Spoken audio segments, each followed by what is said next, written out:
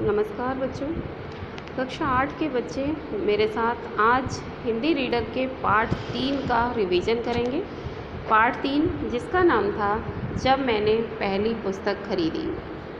बच्चों, ये धर्मवीर भारती का लिखा हुआ पार्ट था।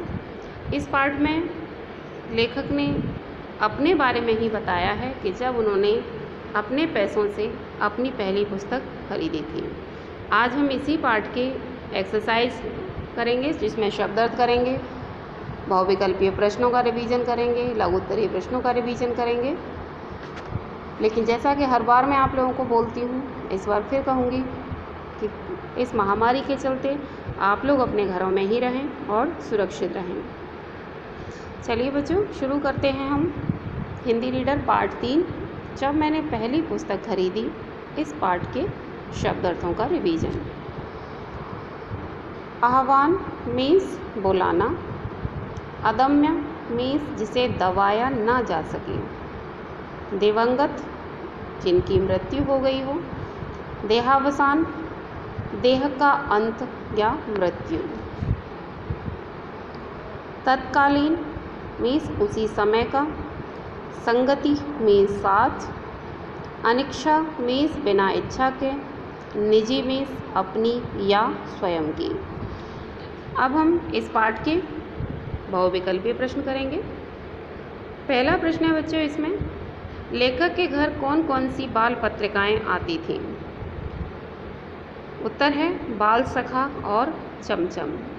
इस पर सही का निशान लगाएंगे। प्रश्न नंबर 2 है लेखक की मां ने किस पाठशाला की स्थापना की? उत्तर है आदर्श कन्या पाठशाला। इस पर सही का निशान लगाएंगे। प्रश्न नंबर 3 है लेखक किस लाइब्रेरी में जाकर पुस्तकें पढ़ता था? उत्तर है हरि भवन। हरि भवन इसका सही उत्तर है और इस पर सही का निशान लगाएंगे। अगला प्रश्न है प्रश्न नंबर 4, दुर्गेश नंदिनी, कपाल कुंडला और आनंद मठ के रचनाकार कौन हैं? दुर्गेश नंदिनी, कपाल कुंडला और आनंद मठ के रचनाकार कौन हैं? उत्तर है बंकिम चंद्र चट्टोपाध्याय। बंकिम चंद्र चट्टोपाध्याय सही उत्तर है, इस पर सही का निशान लगा देंगे।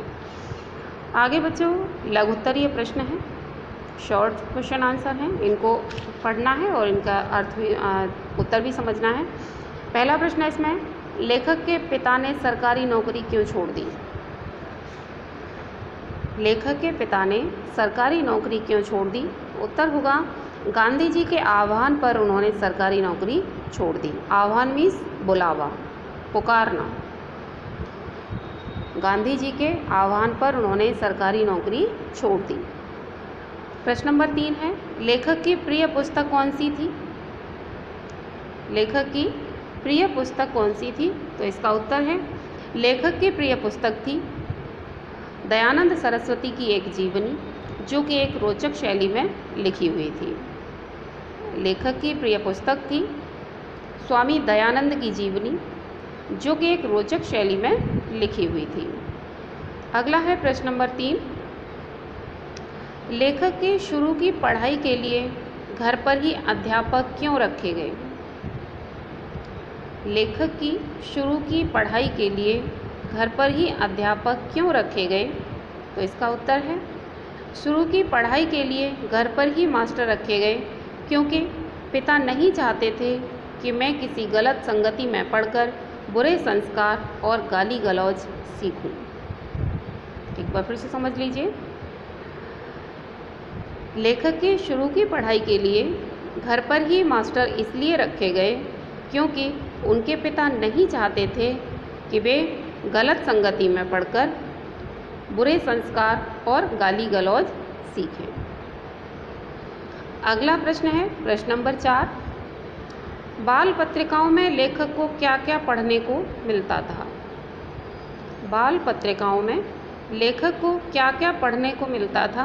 तो इसका उत्तर है बाल पत्रिकाओं में परियों और राजकुमारों की, दानवों की तथा सुंदर राजकन्याओं की कहानियाँ पढ़ने को मिलती थी। बाल पत्रिकाओं में परियों की, राजकुमारों की, दानवों की और सुंदर राजकन्याओं की कहानियाँ पढ़ने को मिलती थी। अगला प्रश्न है प्रश्न नंबर 5, लेखक लाइब्रेरी से पुस्तक इश्यू क्यों नहीं करा पाता था? लेखक लाइब्रेरी से पुस्तक इश्यू क्यों नहीं करा पाता था? तो इसका उत्तर है पैसे न होने के कारण लेखक पुस्तक इश्यू नहीं करा पाता था। एक बार फिर से समझ लीजिए, पैसे न होने के कारण लेखक लाइब्रेरी से पुस्तक इश्यू नहीं करा पाता था। तो बच्चों, आज के लिए आपको शब्दार्थ, बहुविकल्पीय प्रश्न और लघुत्तरीय प्रश्नों का रिवीजन करना है। घर में रहिए, सुरक्षित रहिए, अपने रिवीजन को करते रहिए और याद करने के बाद उसको रफ नोटबुक में लिख के देखिए, जिससे कि आपकी गलतियाँ सुधर सकें। धन्यवाद।